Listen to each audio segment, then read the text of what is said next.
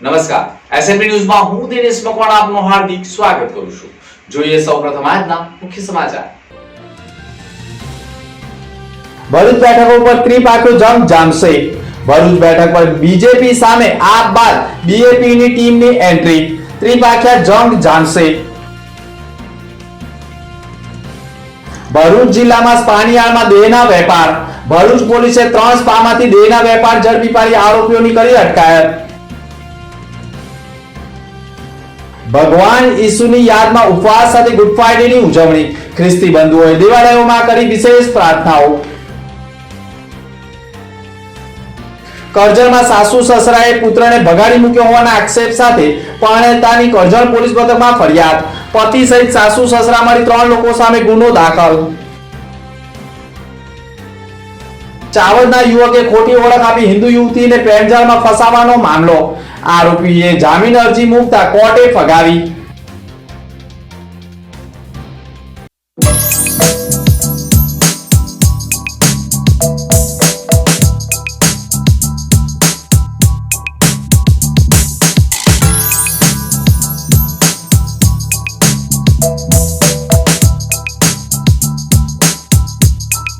ભરૂચમાં 3 જેટલા સ્પામાંથી દેહના વેપારના કૌભાંડો ઝડપાઈ જતા આરોપીઓની ધરપકડ કરવામાં આવી છે.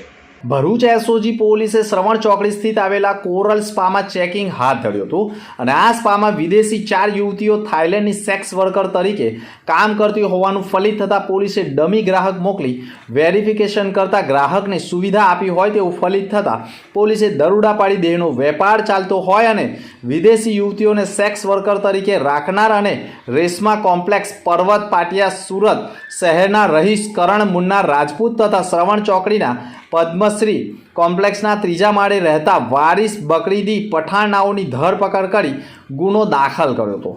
તો બીજી તરફ સી ડિવિઝન પોલીસે પણ એસઓજી પોલીસના દરોડા બાદ જાગૃત થઈ હોય તેમ રાત્રિએ જ ભરૂચ જાડેશ્વર રોડ ઉપર આવેલા અક્ષરકુંજ રેસિડેન્સી પ્લાઝાના 2જા માળે લેમન સ્પામાં બહારના રાજ્યોમાંથી સેક્સ વર્કર યુવતીઓને બોલાવી દેહનો વેપાર ચાલતો હોવાની બાતમીના આધારે પોલીસે ડમી ગ્રાહક મોકલી કઢંગી હાલતમાં ઝડપી પાડી દેહના વેપારનો પર્દાફાશ કર્યો હતો. જેમાં આરોપી અલ્પેશ ઈશ્વર પટેલ તથા કવિતા ધામ સોસાયટીનો રહીશ કિશોર નાનુ કવાની ધરપકડ કરી કાયદેસરની કાર્યવાહી કરી છે.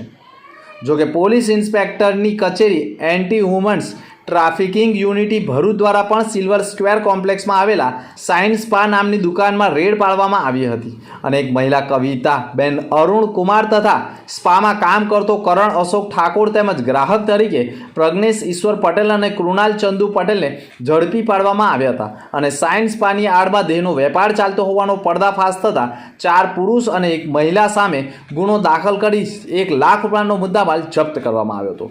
સ્પામાંથી વપરાયેલા નિરોધ પણ મળી આવ્યો હોવાનું માનવામાં આવી રહ્યું છે.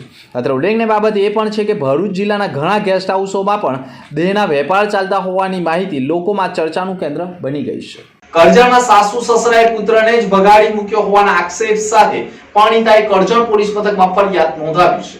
વલણ ગામની હાઈસ્કૂલ સામે રહેતા જાકીર મદારીની પુત્રી રઈશાના લગ્ન પંજાબનગરમાં રહેતા સોહેલ સાથે ગત તારીખ 15/11/2022ના રોજ સમાજના રીતિ રિવાજ મુજબ થયા હતા અને ત્યારબાદ બંને વચ્ચે સારું રહેતા ફરિયાદી ગર્ભવતી થઈ હતી અને તે વખતે પતિના ફોનમાં કોઈ અન્ય સ્ત્રી સાથે વાતચીતના ફોટા સહિત મેસેજો અને કોલ જોયા હતા. જે બાબતે પતિ સોહેલને કહેતા જ ફરિયાદી કહેવા લાગેલ કે ગમે તે છોકરી સાથે વાત કરી તારે શું છે તેમ કરી ઝઘડો કર્યો હતો. જોકે ફરિયાદી ગર્ભવતી હોવા છતાં તેણીને માર માર્યો હતો, પરંતુ ફરિયાદી ગર્ભવતી હોવાના કારણે સાસરીમાં પડી રહી હતી અને ત્યારબાદ ડિલિવરી કરાવવા માટે પોતાના પિયરમાં ગઈ હતી.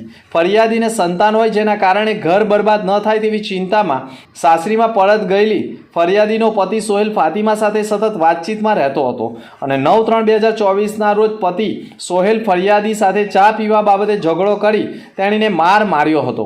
ફરિયાદીના પતિના મોબાઈલમાં કોઈ સ્ત્રીના ફોટા અને મેસેજ હોવા બાબતે વાત કરતા બંને વચ્ચે ઝઘડો થયો હતો અને સોહેલે ફરિયાદીને તમાચા ઝીકી દીધા હતા, જેમાં ઉશ્કેરાટ કરી ઉપરાણું લઈ ફરિયાદીના સાસુ સસરાએ પણ સોહેલને રૂપિયા અને ડોક્યુમેન્ટ આપી ભગાડી મૂક્યો હોય તેવા આક્ષેપ પોલીસ ફરિયાદમાં કરાયા છે, જેના પગલે કરજણ પોલીસે પણ આરોપી સોહેલ તથા તેના માતા પિતા મળી 3 લોકો સામે આઈપીસીની કલમ 498A 323 504 506 અને 114 મુજબ ગુનો દાખલ કર્યો છે. ચાવડના યુવકે ખોટી ઓળખ આપી હિન્દુ યુવતીને પ્રેમજાળમાં ફસાવાના મુદ્દે આખરે યુવકની જામીન અરજી ભરૂચ કોર્ટે ફગાવી છે. ગત તારીખ 28/12/2024 ભરૂચ રૂરલ પોલીસ સ્ટેશનમાં ઇપિકો કોડની કલમ 376 1 419 354A 354D મુજબ ગુનો દાખલ થયો હતો અને તેમાં સાયબર એક્ટનો પણ ગુનો નોંધાયો હતો.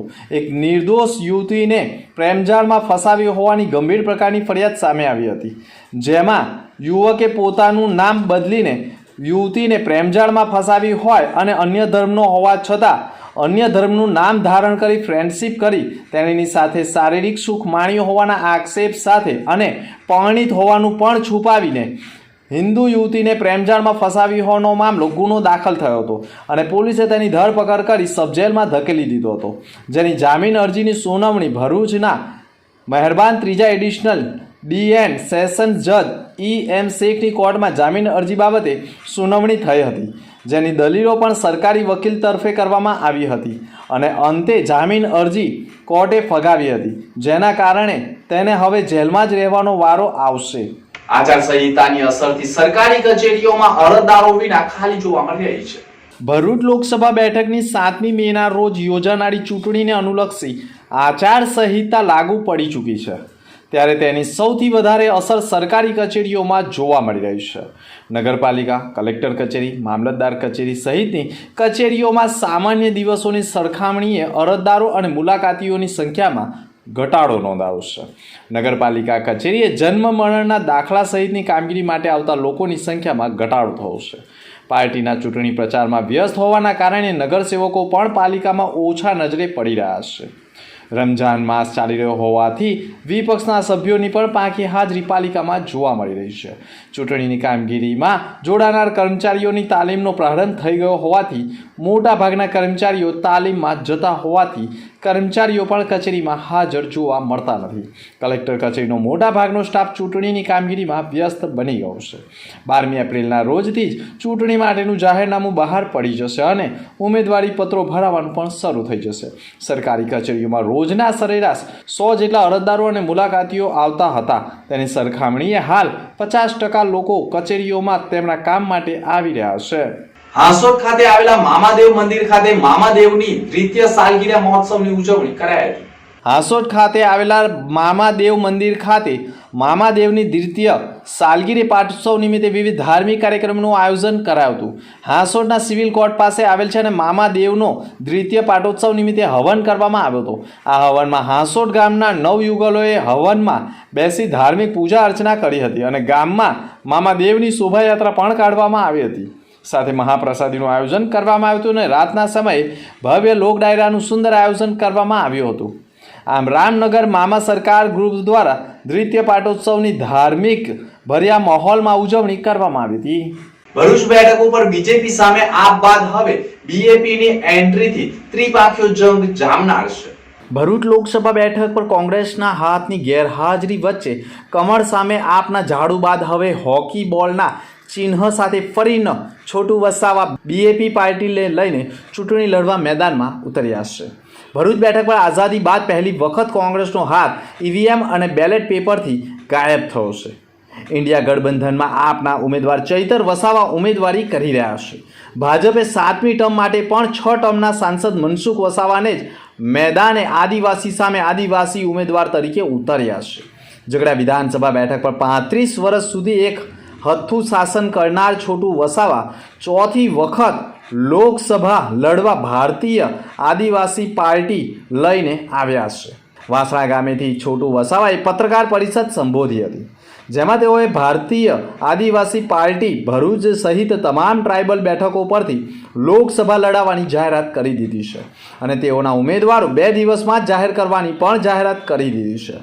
મીડિયા સમક્ષ છોટું વસાવાએ કહ્યું હતું કે લોકો માનતા હતા કે ગુજરાતમાં જગ્યા ખાલી જ છે, ટ્રાઇબલમાં ઘૂસી જઈએ, અમારી હાજરી પણ અહીં છે, અમે જગ્યા છોડવાના નથી.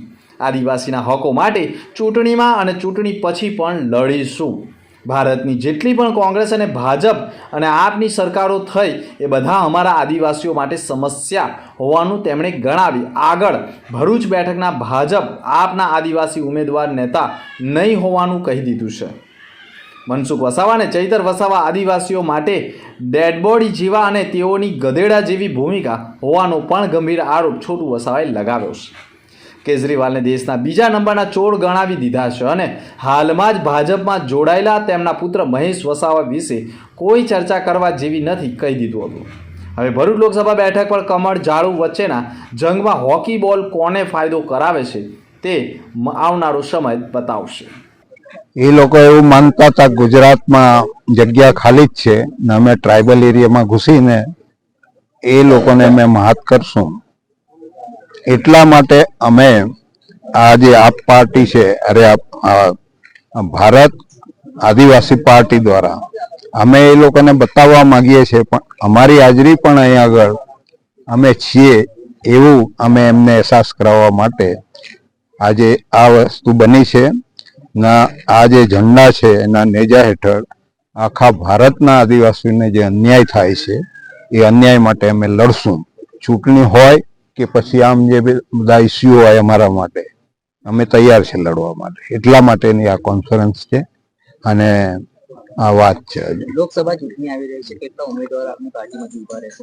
બસ એ નક્કી કરશું તમે કેટલા ઉમેદવાર. જગ્યા છોડવાના નથી અમે. ટ્રાઇબલ એરિયા તો બધો જ લડશું, એનો કોઈ સવાલ છે નહીં. ગુજરાતમાંથી કેટલા ઉમેદવાર ઉભા? ગુજરાત લોકસભા હા ઉભા રાખશું ને અમે. શા માટે? સવાલ એમ છે કે બાપ પાર્ટીમાંથી ગુજરાતની 26 સીટમાંથી કેટલા ઉમેદવાર ઉભા રહેશે? 26 માંથી એ અમે નક્કી કરશું હવે નજીકના બધા હાથે પરામર્શ કરી. પાર્ટીના એજન્ડા શું રહેશે બાપ પાર્ટી? બસ અમારા એજન્ડા 5 શિડ્યુલ 6 શિડ્યુલ આદિવાસીઓને જે મુશ્કેલી પડી છે અત્યાર સુધી સંવિધાનની વાત થઈ નથી, અમારું જે શોષણ થયું છે એ બધા મુદ્દા અમારા છે જ. આજે બે ઘૂસપેટ કરે જ છે અહીંયા આગળ. એ બધા મુદ્દાને લઈને લડશું અને મોટું આંદોલન પણ કરશું. ચૂંટણી છે એટલા માટે નહીં, ચૂંટણી નહીં હશે અને અમારી જે મુશ્કેલીઓ સમસ્યા જે પેદા થઈ છે, હું તો માનું છું ત્યાં સુધી ભારતની જેટલી બી સરકારો થઈ એ કોંગ્રેસની હોય, ભાજપની હોય કે આપની હોય, તો એ બધી જ જે ચૂંટણીઓ થઈને સત્તામાં આવ્યા બધા અમારા માટે મોટામાં મોટી સમસ્યા છે. એ સમસ્યાને દૂર કરવા માટે અમે ભેગા થઈને લડવાના. ભરૂચમાં ભગવાન ઈસુની યાદમાં ઉપવાસ સાથે ગુડ ફ્રાઈડેની ખ્રિસ્તી બંધુઓએ ઉજવણી કરી હતી. ભરૂચ જિલ્લામાં વસતા ખ્રિસ્તી સમુદાય લોકોએ પ્રભુ ઈસુને માનવજાત માટે આપેલા બલિદાનના દિવસને યાદ કરીને ગુડ ફ્રાઈડે એટલે ભલા શુક્રવાર તરીકે મનાવે છે. આ દિવસે તેમને ક્રોસ પર ચઢાવી તેમને શારીરિક યાતનાઓ આપતા તેમનું મૃત્યુ થયું હતું. આ દિવસે ખ્રિસ્તી સમુદાયના લોકો તેમની યાદમાં ઉપવાસ સાથે ચર્ચમાં જઈને ભક્તિ સભામાં પણ જોડાઈને વિશેષ પ્રાર્થનાઓ કરતા હોય છે. ભરૂચ શહેર જિલ્લામાં આવેલા પ્રભુ મંદિરોમાં પણ પ્રભુ ઈસુ ખ્રિસ્તી માનવજાતના પાપનો કારણે ક્રોસ ઉપર ચડીને પોતાનો જીવ આપ્યો હતો, જેથી તેમની યાદમાં આજે ખ્રિસ્તી સમુદાયના લોકો વિશેષ પ્રાર્થના અને ભક્તિ સભાઓ યોજીને તેમને યાદ કરતા હોય છે. ભરૂચ શહેરમાં આવેલા વિવિધ દેવાલયોમાં વિશેષ પ્રાર્થના સભાઓના આયોજનો થયા હતા. રેવ જગદીશ ખ્રિસ્તી છે અને હું એબેનેઝર મેથોડિસ્ટ ચર્ચનો ધર્મગુરુ છું અને આજનો દિવસ એ ગુડ ફ્રાઈડે એટલે કે ભલો શુક્રવાર અમે એની ઉજવણી કરી અને એની ઉજવણીમાં જે ખાસ મુખ્ય બાબત એ છે કે પ્રભુ ઈસુ ખ્રિસ્ત આ જગતમાં આવ્યા અને જગતના પાપોને સારું એ મરણ પામ્યા, એ દટાયા અને ત્રીજે દિવસે પાછા ઉત્થાન પામ્યા અને પ્રભુ ઈસુ ખ્રિસ્તે જે શિક્ષણ આપ્યું એ નમ્રતાનું શિક્ષણ આપ્યું, માફીનો સંદેશ આપ્યો, પ્રેમનો સંદેશ આપ્યો અને અમને આ જગતને એ જે મોટો સંદેશ આપ્યો એમના અનુયાયીઓને આ જગતને એમણે આહવાન આપ્યું કે તમે પણ એકબીજાને પ્રેમ કરો, એકબીજાને માફ કરો, એકબીજાની સેવા કરો અને એમ અરસપરસ એ તમે એકબીજાને માટે તમે એ ભલું કરો. અને એટલાને માટે ભલું કરતા આજનો દિવસ એ પ્રભુ ઈસુ ખ્રિસ્ત જે વધસ્તંભ પર પોતાનો પ્રાણ આપ્યો પાપોની માફીને સારું એને અમે આજે ઉજવણી કરી અને અમે પ્રભુ મંદિરની અંદર એકતા મળ્યા અને દેશને માટે પ્રાર્થના કરી, એકબીજાને માટે પ્રાર્થના કરી.